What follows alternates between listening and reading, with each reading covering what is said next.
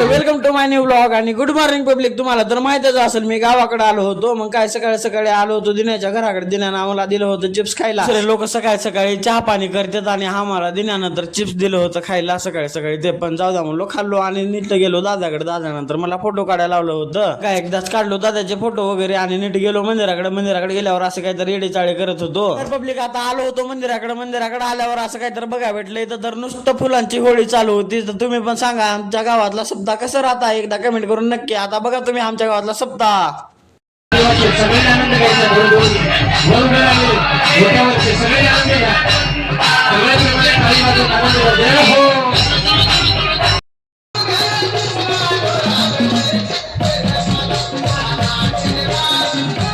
आमचा दादा तर असं बस स्टेजवर काय येडे चाळे करायला लागला की काय नाही की आता काय बोलाय पण येत नव्हतं स्टेजवर.